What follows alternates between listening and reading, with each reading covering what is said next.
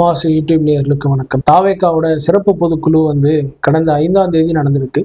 அது சம்பந்தமா அதுல நிறைவேற்றப்பட்ட தீர்மானங்கள் சம்பந்தமா தான் இன்னைக்கு நம்ம பார்க்க போறோம். தோழரோட வணக்கம். தமிழக வெற்றி கழகம் போனதுக்கு மிகப்பெரிய முக்கிய காரணமா இருக்கக்கூடிய அந்த தமிழக வெற்றி கழகத்தினுடைய தலைவரோ நிர்வாகிகளோ இன்னும் நேரில் போய் அந்த மக்களை சந்திக்காத நிலையில் போன்ல வர வச்சு வண்டியை பிடிச்சி ஒரு 2 பஸ் அனுப்பி 3 பஸ் அனுப்பி இவங்க இருக்கக்கூடிய பகுதிக்கு வர வச்சு அந்த மக்களை அலைய வச்சு பார்த்து ஒரு ஆறுதல் சொன்னதான் சொல்லி கூறப்படுகிறது. அது எந்த பத்திரிகையாளருக்கும் அனுமதி இல்லை, யாரும் போகல, யாரும் பார்க்கல. அவங்களா கூப்பிட்டு பண்ணியிருக்காங்க, என்ன நடந்ததுன்னு தெரியல. எப்படி இந்த மாதிரி உங்களுக்குள்ள ஒரு விஷயம், ஒரு மக்கள் உயிரை நல்ல இறந்து ஒரு கிட்டத்தட்ட 1 மாசம் 41 உயிர் இறந்து 1 மாசம் கூட ஆகல. இவங்க அடுத்த கட்டமா போயிட்டு அவங்க செஞ்ச தப்ப, இப்போ நடந்துட்டு ஒரு இன்சிடென்ட் நடந்துட்டு செஞ்ச தவிர அவங்களால இந்த விஷயத்துக்கு நம்மளும் ஒரு காரணம், நம்மளாலதான் இந்த மக்கள் அங்க வந்தாங்க அப்படிங்கிற ஒரு மனநிலையிலே அவங்க இல்ல. ஏதோ அந்த கரூர் சம்பவம் நடக்காத மாதிரியும் அவங்களோட இப்போ அந்த கட்சியினுடைய தேர்தல் பிரிவு மேலாண் செயலாளர் ஆதவ் அர்ஜுனான்னு ஒரு ஆள் இருக்கிறாரு. அவரோட அந்த ஹேபிட், அவரோட அந்த பொதுக்குழுல அவர் பேசின பேச்செல்லாம் பார்க்கும்போது முழுக்க ஒரு வன்மத்தை கக்குறாரு. இல்ல, அவனுங்க அரசியலே அதுதான், வன்ம அரசியல் மட்டும்தான். அதாவது எல்லாருமே கட்சி எதுக்கு ஆரம்பிப்பாங்கன்னு நினைக்கிறீங்க? மக்களுக்கு நல்லது செய்யணும் தான் ஆரம்பிப்பாங்க. ஆனா தாவேகா எதுக்கு ஆரம்பிச்சிருக்கு அப்படின்னா, ரெட் ஜெயிண்டோட போட்ட சண்டையில தான் அந்த கட்சியை ஆரம்பிச்சிருக்காங்க. அவங்களோட ஒரு குறிக்கோளே என்னன்னா, ஸ்டாலினை தாக்கணும், உதயநிதியை தாக்கணும், முடிஞ்சா இன்ப நீதியும் சேர்த்து தாக்கணும். அதுக்கப்புறமா திமுகன்ற ஒரு கட்சியை அடிச்சுக்கிட்டே இருக்கணும். மக்களுக்கு நல்லது செய்யணும்ன்றதெல்லாம் கிடையாது. திமுகன்றவங்களுக்கு அகைன்ஸ்டா பொய்ய சொல்லணும், ஆதாரமே இல்லைனாலும் பொய்ய பரப்பணும், முடிஞ்ச அளவுக்கு திமுக காரங்களை வெளிப்படையில அசிங்கப்படுத்தணும். இதுக்காண்டி மட்டுமே தொடங்கப்பட்ட ஒரு கூட்டம் தான் தாவேகாவுடைய. நம்ம எல்லாம் கட்சியால எதிர்பார்க்க கூடாது. ஒரு வகையில் உண்மையா கூட எடுத்துக்கலாம். விஜய் அவர்களுடைய தனிப்பட்ட பகைய தீக்கிறதுக்காக அந்த கட்சியோட வச்சு கூட திமுக விமர்சனம் செய்யறாங்க. விமர்சனம் செய்யலாம் தோழர். அதாவது விமர்சனத்துக்கும் ஒரு எல்லை உண்டு. கண்டிப்பா விமர்சனம் யாரை வேணாலும் எப்படி வேணாலும் எதை வச்சும் விமர்சனம் செய்யலாம். விமர்சனம் செய்யாம எந்த மனிதனும் இல்லை, எந்த அரசியல் கட்சியும் இல்லை. ஆனால் அதுக்கு ஒரு எல்லை உண்டு. நீங்கள் செஞ்ச அந்த கரூர் சம்பவத்துல உங்களுக்கு தான் 95% உங்களுடைய பங்கு தான். அதுல உங்களுக்காக உங்க தலைவர் விஜய பார்க்கலாம் மக்கள் திமுக காரவங்க கூட்டிட்டு வந்ததுனாலதான் இங்க வந்திருக்காங்க. அவரை பொறுத்த வரைக்கும் அப்படிதான். திமுக காரவங்க கூப்பிட்டு அவங்களோட எல்லாமே வச்சுக்கிடுவோம். அந்த சமயத்துல அரசா இருந்துட்டு அந்த விஷயத்துல மக்களை எப்படி பாதுகாத்தாங்க, அந்த மக்களுக்கு எவ்வாறு உதவி பண்ணாங்க, எவ்வளவுதான் இப்போ எதிரியா இருந்தா கூட அரவணைக்கணுங்க. நம்மளை பொறுத்தளவு இல்ல, கரெக்ட். நீங்க சொல்றதெல்லாம் நம்ம ஏற்கனவே நிறைய பேசிட்டோம். ஆனா இப்போ எனக்கு என்ன ஒரு விஷயம் புரியலன்னா, இன்னைக்கு அவர் என்ன சொல்றாருன்னா, அந்த இடத்துல அந்த பொதுக்குழுல பேசுனதை வச்சு சொல்றேன். அவர் என்ன சொல்ல வர்றாருன்னா, அங்க நிறைய அசம்பாவிதங்கள் நடக்கிறதுக்கு எங்களுக்கு சந்தேகமா இருக்கு. இந்த சந்தேகன்ற வார்த்தையை பயன்படுத்தியிருக்காரு. சந்தேகமா இருக்கு அப்படின்றாரு. இப்ப ஆதவ அர்ஜுனாவும் என்ன சொல்ல வர்றாருன்னா, அங்க சிஎம் அதாவது முன்னாள் சிஎம் கருணாநிதி அவர்கள் அரெஸ்ட் ஆனப்போ தற்சமயம் உள்ள சிஎம் அவர்கள் ஆளே காணா ஓடிட்டாருன்ற மாதிரி ஒரு வதந்தியை பரப்புறாரு. அதனுடைய அரசியல் வேற. அது ஒரு சைடு வச்சுப்போம். திராவிட முன்னேற்ற கழகம் இன்னைக்கு தமிழகத்தோட தலையெழுத்த தமிழ்நாடுங்கிற பேரை வைக்கிறதுக்கு காரணமாக இருந்த இயக்கம் திராவிட முன்னேற்ற கழகம். மிஸ்ஸா தடா பொடா போன்ற இயக்கத்தை சந்திச்சுட்டு உட்கார்ந்து இருக்க திமுக இன்னைக்கு 4 அணில் குஞ்சுகளை வச்சுக்கிட்டு 4 பசங்களை வச்சுக்கிட்டு ரசிகர் மன்றத்தை வச்சுட்டு நீங்க திமுகவை அசைச்சு பாத்தீங்கன்னா உங்களோட தனிப்பட்ட பகை என்னன்னா அதுக்கு மோதணும். நீங்க அதுக்கு மக்களை பலி கொடுக்க கூடாதுங்க. எவ்வளவு பெரிய இயக்கங்க திமுக. அடிக்கல, நம்ம யதார்த்தத்தை சொல்றோம். இல்ல, எதை கடந்து வந்திருக்காங்கன்ற ஒரு விஷயம் இருக்குல்ல, அதெல்லாம் இவங்க ஒரு எப்படின்னா, சரி அப்படியே வச்சுப்போம். ஸ்டாலின் அவர்கள் காணாம போயிட்டாரு, அன்னைக்கு ஒளிஞ்சிட்டாருன்னே வச்சுப்போம். ஒரு பேச்சுக்கு, அவங்களோட பேச்சுக்கே சொல்றேன்னு. அதே மாதிரி உங்களை ஏர்போர்ட்ல சாருன்னு ஒருத்தர் கூப்பிட்டுட்டே இருந்தாரு. ஒரு ரிப்போர்ட்டர் ஒருத்தர் உங்களை சாருன்னு கூப்பிட்டாரு. அப்ப என்ன, இவர் வீரவாசனம் பேசிக்கிட்டு ஏதோ வாழை எடுத்துட்டு சுத்திட்டு போனாரா என்ன?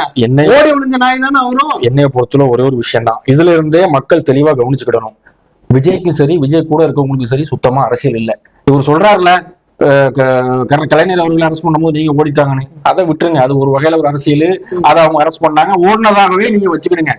உங்களை நம்பி நான் உயிர் லட்சக்கணக்கான மக்கள் இந்த இடத்துல 41 உயிர் அதுல இறந்திருக்க, அதை நீங்க எப்படி பாக்கணும், இதை நீங்க எப்படி பாக்கணும்? கண்டிப்பா அது கூட ஒப்பிடலாமா? எதோட ஒப்பிடணும்? உங்களோட இதுல இருந்தே தெரியும் தனிப்பட்ட பகை. திராவிட முன்னேற்ற கழகத்தின் மீது அதன் தலைவர் மீது உங்களுக்கு தனிப்பட்ட புகை. இன்னொரு இதை வேற அவர் சொல்றாரு, 6 மாசம் ஆகட்டு, 6 மாசம் கழிக்கட்டு, யாரு நானும் ரவுடி தான் வடிவூர் படத்தை சொல்லுவார்ல, நானும் ரவுடி தான் ஜெயிலுக்கு போறேன்னு. பச்சை புள்ள கூட உங்களோட அரசியல் ரசிக்காதுங்க. இல்ல அதாவது என்னன்னா, இவர் பேசுறதுக்கு ஃபயர் ஓடுறவனுங்க எல்லாம் இப்போ மறுபடியும் ஆதரவே இன்னொரு விஷயத்த சொல்றாரு. என்னன்னா, எங்க தலைவர் வீட்டுல உள்ளார வந்து பாத்துருவியா, தலைவனை தொட்டு பாத்துருவியான்ட்டு. இல்ல இதெல்லாம் ஓகே, அந்த பிரச்சனை முடிஞ்சு நீத்து போச்சுன்னா என்ன, அதனுடைய விஷயங்கள் ஒரு விரிவான விமர்சனங்கள் எல்லாம் கடந்துருச்சு.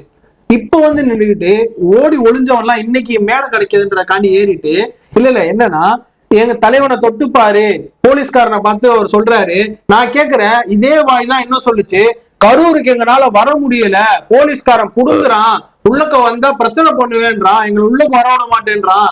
யாருக்கு? இறந்து போன குடும்பங்களை பார்க்க வர்றதுக்கு இந்த வசனம் சொன்ன வாயி இன்னைக்கு வந்து தலைவனை தொட்டுப்பாரு, என் வீட்டு கதவை தொட்டுப்பாரு, பெட்ரூம்க்கு பெயிண்ட் அடிச்சுப்பாருன்னா என்ன அர்த்தம்? சொல்றேன், தலைவர் வடிவேல் அவர்களுடைய காமெடி சீன் தான் எனக்கு ஞாபகம் வருது.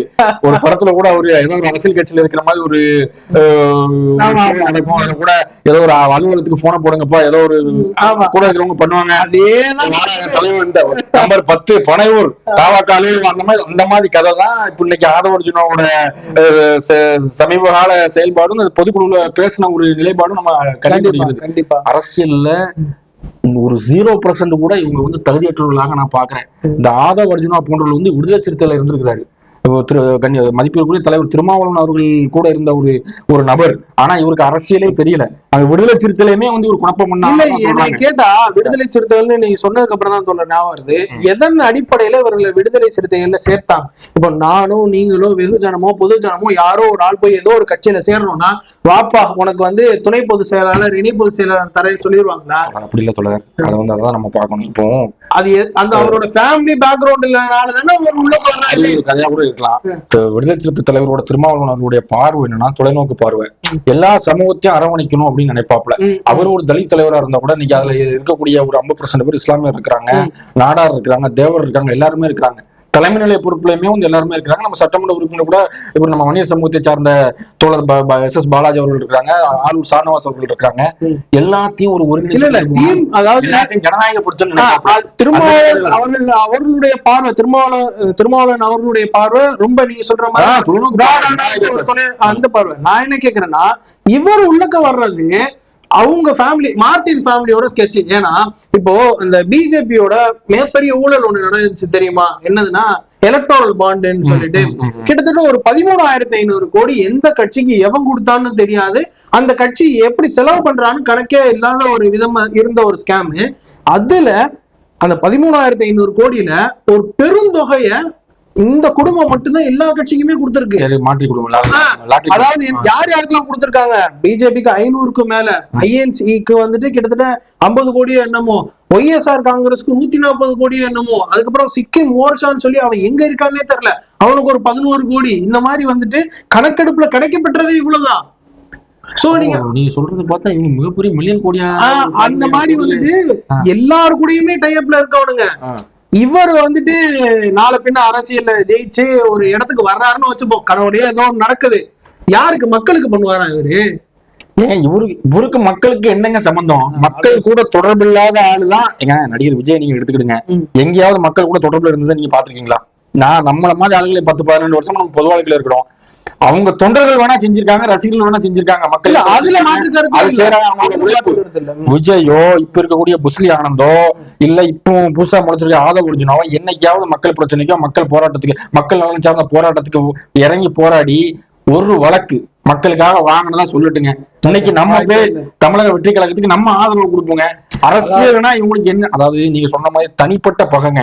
நீங்க சொன்ன மாதிரி அந்த ஏதோ ஒரு மூவிஸ், என்ன மூவிஸ், ரெட் ஜென் மூவிஸா, அதுக்கும் அவங்களுக்கு தனிப்பட்ட பகையில வந்து நீங்க மக்களோட நீங்க கலைஞர் அவர்களோட கைதுக்கு ஓடிட்டாங்க நீங்க சொல்றீங்க. இது என்ன ஒப்பிடு? நீங்க மக்களை இறந்ததுக்கு ஒன்ன பார்க்க வந்த மக்களை வந்து செத்துருக்கான், அதுக்கும் இது நம்ம ஒப்பிடுறது தவறுங்க. அதே மாதிரி அவர் பொதுக்குழுல நிறைய தீர்மானங்கள் கொண்டு வந்திருந்தார். அதுல ஒண்ணு கோயம்புத்தூர்ல நடந்த சம்பவத்துக்கு கண்டிக்கிறதாகவும் அதுக்கு நீதி பெற்று தரணும், அது முழு மனதா வரவேற்கிறோம்னு வச்சுக்கோங்களேன் ஒண்ணு. அதே மாதிரி SIRக்கு அகேன்ஸ்டா நாங்க தான் பேசணும்னு சொல்ல வர்றாரு. அதுல லோயலா மணி அவர்கள் வந்துட்டு தன்னுடைய ட்விட்டர் பக்கத்துல ஒரு தீர்மானத்தோட பகுதியை மட்டும் போட்டிருந்தாரு.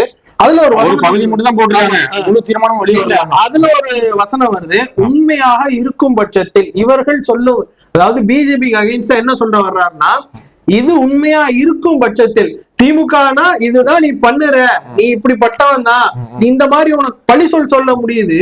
பிஜேபினா எப்பா நீ சொல்றதெல்லாம் உண்மையா இருந்துச்சுன்னா இதை செய்யாத, எப்படி உண்மையா இருந்துச்சுன்னா நீ இதை செய்யாத. இங்க களத்துல எஸ்ஐஆர் வந்துட்டு உங்களுக்கு அனைத்து கட்சி கூட்டம் கூப்பிடுறாங்க, திமுக தலைமைன்ற ஒரே காரணத்துக்காண்டி அதை எதிர்க்கிறாங்க. என்ன சொல்றாங்கன்னா, நீங்க ஏன் சட்டமன்றத்துல ஒரு தீர்மானமா நிறைவேற்றுன்றாங்க. அவனுங்க வாயை தொடர்ந்து பேசினதுலயே ஒரு முக்கியமான ஒரு நல்ல விஷயம்னா அது ஒண்ணுதான். ஆனா அது நேர்ல வந்து இந்த கூட்டத்துல அமர்ந்து ஒரு கருத்தா இதை முன் வச்சிருந்தா எவ்வளவு ஒரு நல்ல விஷயமா இருந்திருக்கும். மக்களுக்கு நல்லது செய்யணும் தானே. நீங்க திமுக காரன் கூப்பிடறான்றக்காண்டி புறக்கணிச்சுட்டு அங்க எடுக்கப்படுற தீர்மானங்கள்ல நான் கலந்துக்க மாட்டேன், யாருக்காண்டி கேட்கறான்? திமுக சம்பாதிக்கிறதுக்காண்டி கேட்கறான், மக்களுக்காண்டி தானே கேட்கறான். இதே விஷயத்துலதான் அரசு மேல பழி போட்டாங்க. இதே அரசு தான் கரூருக்கு அனுமதி தந்துச்சு, விஜய் போய் பிரச்சாரம் பண்ண. கரூர் இல்ல, திருச்சி, மதுரை, நீங்க என்ன அரசு தான் அனுமதி தந்துச்சு. நீங்க இப்போ சொல்றீங்க கரூர்ல வந்து நாங்க வந்து உள்ள போறதுக்கு காவல்துறை நிபந்தனை வச்சு அரசு அனுமதி தரல அப்படின்னு சொல்லி சொல்றீங்க. முழுக்க முழுக்க இவனுங்க அப்படி எதுவுமே ஒண்ணும் கேட்கலங்க. இவங்க நினைச்சா யார்கிட்டங்க அனுமதி கேட்கணும்? ஏங்க ஒரு கூட்டம் நடத்துறீங்க, அனுமதி கேட்கறீங்க, ஓகே. இல்ல இவனுங்க என்ன பண்றானுங்கன்னா பழி சொல்றதோட நிறுத்திடுறாங்க, முழுக்க ஆதாரம் வைக்க மாட்டேன்றானுங்களே. ஏன்னா ஆதாரம் இருந்தா தானே பலி மட்டும் சொல்ல தெரியல. என்ன ஆதாரம் நான் கேட்கிறேன். ஆதாரங்கிறதுக்கே ஒரு மொத்தத்துல அரசியல் என்ன உங்களுக்கு தெரியவே இல்லைங்க. ஆதவ அர்ஜுனா போன்ற நபர்கள் வந்து முழுக்க முழுக்க அவரோட தனிப்பட்ட பகை நோக்கத்தோட பேசுற மாதிரிதான் இல்ல நம்மள போலவங்களோட கருத்து மக்களும் கவனிச்சுட்டு இருக்காங்க. கண்டிப்பா விஜய வந்து இவங்க பழி கொடுத்துட கூடாது. நடிகர் விஜய் வந்து இப்ப இருக்கிறாரு, அவரை மேடையில வச்சு என் தலைவனை தொட்டுப்பாரு, என் தலைவனை தூக்கிப்பாரு, என் வீட்டுக்கு வந்து பாரு, கதவை திறந்து பாரு. இல்ல அவரும் விஜய வச்சு நம்மளும் ஒரு தலைவரா ஆயிரலான்னு ஒரு விஜய் அவர்கள் விழித்துக் கொள்ள வேண்டும். கண்டிப்பா புரிஞ்சுக்கிடுங்க. இன்னைக்கு கூட இருக்கிறான் பேசுறான்னு சொல்லி நம்ம யாருமே எல்லாத்தையுமே நம்ப கூடாது தோழர். இந்த காலம் வந்து ஒருத்தனை அடிச்சுட்டு ஒருத்தன் மேலதான் போக பாக்குறான். கண்டிப்பா அதனால புரிஞ்சுக்கிடுங்க. விஜய்க்கு ஈக்குவலான சொத்தை ஆதவர்ஜுனா வச்சிருக்கான். நீங்க சொல்றத பார்த்தா அப்படிதான் தெரியுது. இல்ல ரொம்ப பெரிய கோடீஸ்வரன், அதான் விஜயோட கோடீஸ்வரனா தான். அதாவது ஆதவ அர்ஜுனா பேர்ல 29 எம்என்சி கம்பெனிஸ் இருக்கு. அதுல 7 கம்பெனி தற்சமயம் வரைக்கும் ஆக்டிவா இருக்கு. அதுல ஒரு கம்பெனி தான் வந்து வாய்ஸ் ஆஃப் காமன், இப்ப விஜய் கட்சியோட பேக்ரவுண்ட்ல இருந்து அந்த வேலை பார்க்குது. இது இல்லாம பினான்ஸ் கம்பெனி அரைசன் சொல்லி ஒரு பினான்ஸ் கம்பெனி என்னமோலாம் இருக்கு. அது இதெல்லாம் விட்டுருங்க, அந்த டைசின்னு சொல்லிட்டு அவருடைய ஒய்ஃப்னு நினைக்கிறேன், எனக்கு சரியா தெரியல, அவங்க பேர்ல 59 கம்பெனி இருக்கு. 59 கம்பெனில மார்டின் ரியல் எஸ்டேட், மார்டின் டெவலப்பர்ஸ்லயே ஒரு 10 கம்பெனி அடிக்கிட்டு போலாம். சொல்றத பார்த்தா பிற்காலத்துல தமிழக வெற்றி கழகத்துடைய தலைவர் ஆதவ அர்ஜுனா. அவ்வளவுதான். அதுக்கான அஸ்திவாரம்னா இப்போ தலைவர் விஜய் முன்னால வந்து அவர் ரொம்ப அதிகமா போடுறாப்புல. விஜய் அவர்கள் விழித்துக் கொள்ள வேண்டும். மக்களுக்காக நீங்க செய்யுங்க. நீங்க ஒரு இன்சிடென்ட் நடந்துட்டு எந்த விதமான மாற்று கருத்து இல்ல, இயற்கை சீற்றமாவே நம்ம வச்சுக்கலாம். மக்களை சந்திங்க, மக்களை போய் சந்திங்க, எந்த விமர்சனம் வந்தாலும் நீங்க கடந்து செல்லுங்க, அதுல மாற்று கருத்து இல்ல. நீங்க அரசியல் தலைவர்னு உங்களை நீங்களா பிரகடனப்படுத்திக்கிட்டீங்க, இல்ல கூட இருக்கிறவங்க ஏத்திக்கிட்டு விட்டாலும் சரி, அதுல மாற்று கருத்து கிடையாது. ஆனால் விழிப்புணர்வோட இருங்க. கூட இருக்கிறவங்க வந்து என் தலைவனை தொட்டு பாருங்கிறாங்க, நீங்களும் ரசிக்கிறீங்க. வடிவேல வந்துட்டு என் தலைவன் வந்துட்டான்னு சாணியை தூக்கி அடிப்பானுங்கன்னு நினைக்கிறேன் தூரத்துல இருந்து. அந்த கதையாயிரும் போது இப்ப நீங்க பொதுக்குழு போடுறீங்க, சிறப்பு பொதுக்குழுங்கிறீங்க, அதுல மக்களுக்கான திட்டங்கள் என்ன, நாங்க ஆட்சிக்கு கொஞ்சம் என்ன செய்ய போறோம், அந்த மாதிரி ஒரு திட்டங்களை நீங்க பட்டியலிடுங்க, பொதுமக்களுக்கு தெரியப்படுத்துங்க, மீடியாக்களை கூப்பிடுங்க, எல்லா நியூஸ்லயும் இதுப்படுத்துங்க. மலை சம்பந்தமாலாம் போடுறாங்க, மலை சம்பந்தமாவும் மீனவர் சம்பந்தமாவும் போட்டாங்க. இலங்கை மீனவர்கள வந்து நம்ம மீனவர்களை வந்து இலங்கையில சிறைபிடிச்சாங்கன்னு சொல்லிட்டு இதேதான் திமுக காரனும் பண்ணியிருக்கான். உனக்கும் திமுக காரனுக்கு என்ன வித்தியாசம்? நான் என்ன கேக்குறேன், ஜெய்சங்கரை போய் வெளியுறவுத்துறை அமைச்சரை போய் சந்திக்கிறதுக்கு ஒரு குழு ஏற்பாடு பண்ண முடிஞ்சா? கிடையாது. எத்தனை முறை இது வரைக்கும் போய் சந்திச்சிருக்கீங்க? கிடையாது. என்னென்ன அவரை போய் ப்ரெஷர் பண்ணிருக்கீங்க? கிடையாது. நீயும் பேப்பர்ல உட்காந்து வந்து லெட்டர் பேட்ல எழுதிட்டு நானும் புடுங்கிட்டேன் அப்படின்றதுக்காக வந்துட்டு இங்க ஒவ்வொருத்தரோட வழி என்ன அவ்வளவு ஈஸியான வழியா என்ன? அது அரசியல்ல வந்து தாவேகா நிர்வாகிகளும் சரி, அதோட தலைவர்களும் சரி, இப்பதான் கத்துக்கிட்டு இருக்கிறாங்க. கத்துக்குட்டிகள் தான். நான் என்ன சொல்றேன்னா, கத்துக்குட்டிகள் தான். உங்களுக்கு எதிர்காலம் இருக்கோ இல்லையா நம்ம தீர்மானிக்க முடியாது, மக்கள் தான் தீர்மானிக்கணும். அந்த எதிர்காலத்தை நீங்களே அழிச்சுக்கிடாதீங்க. இந்த ஆதவ அர்ஜுனா அந்த மாதிரி ஆளுகளை கூட வச்சுக்கிட்டு அந்த எதிர்காலத்தை நீங்களே அழிச்சுக்கிடாது. கண்டிப்பா அதுதான். ஏன்னா மக்களோட துயரம் மீளல. நீங்க வந்து அந்த மக்கள் மீன்கிட்ட தான் நினைச்சிருக்கீங்க, பேருந்து அழைச்சு கூட்டு வந்திருக்கீங்க, மகாபலிபுரத்துல ஆறுதல் சொல்லிருக்கீங்க. அங்கெல்லாம் உள்ள அதெல்லாம் ஒரு நாள் கூத்து நல்லா இருக்கும். அவன் வீட்டுக்கு போறப்ப அந்த புள்ள முகம் எல்லாம் ஒரு குடும்பத்தோட இழப்பும் அந்த குடும்பத்துல உள்ள இருந்து பார்த்தாதான் தெரியும். நல்லா புரிஞ்சுக்கிடுங்க. இப்ப நடிகரை பாக்குற ஒரு ஆர்வத்துல ஒரு இதுல வந்து ஆர்வக்கோளாறுல வந்து நீங்க பஸ் அமர்த்தி கூட்டதுனால வந்துட்டாங்க, சிறப்பான ஒரு வரவேற்பையும் கொடுத்து நீங்க பண்ணி விட்டுட்டீங்க. ஏதாவது அழுததா கூறப்படுகிறது, குடும்பத்தை தத்தெடுத்ததா கூறப்படுகிறது, அதெல்லாம் ஒரு பக்கம் இருக்கட்டு. ஆனால் நீ உங்களுடைய எதிர்காலத்தை வந்து நீங்க வந்து என்ன சொல்றது, இந்த இந்த மாதிரி ஒரு அரசியல் தெரியாத ஒரு தற்கொலைகளே சொல்லலாம் வச்சு கொண்டு போய் மக்கள் கவனிச்சிட்டு இருக்காங்க. அவங்க மேல ஒரு நல்லெண்ணம் இருந்தாலுமே இல்ல ஜெயிக்கிற மாதிரி அவரு இருக்காருன்னு இவனுங்க எல்லாம் சொல்லிட்டு தெரியறானுங்க. அதுக்கு வந்து வாய்ப்பு இல்லைன்னு வச்சுக்கோங்களேன். இருந்தாலும் என்னைக்கோ ஒரு அதாவது இந்த வருங்காலத்துல ஒரு 2 எலெக்ஷன் விட்டுருவோம், 3வது எலெக்ஷன்ல ஜெயிக்கிறாருன்னே வச்சுப்போம், ஒரு பேச்சுக்கு வச்சுப்போம்.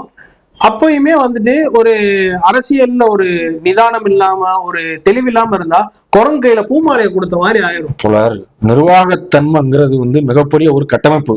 அது ஈஸியா இருக்கக்கூடிய, இன்னைக்கு நான் கட்சி ஆரம்பிச்சிடலாம், நீங்க ஒரு கட்சி ஆரம்பிச்சிடலாம். 36 மாவட்டம் இருக்குன்னா ஒரு 30 அதை பிரிச்சு ஒரு 100 மாவட்ட நம்ம போட்டுடலாம். ஆனா நிர்வாகத்தன்மைங்கிறது கட்சி கட்டமைப்பே மிகப்பெரிய ஒரு விஷயம். கண்டிப்பா ஒரு மாவட்டத்துல உதாரணத்துக்கு வந்து நடிகர் விஜய் அவர்களுக்கு வந்து முதல்வரே ஆயிட்டாருங்க. நல்லா புரிஞ்சுக்கிடுங்க.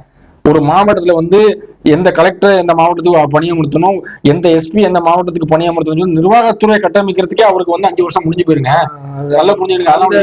அந்த நுட்பங்கள்லாம் தலைவர்களுக்கு அந்த நுட்பங்கள் கிடையாதுங்க.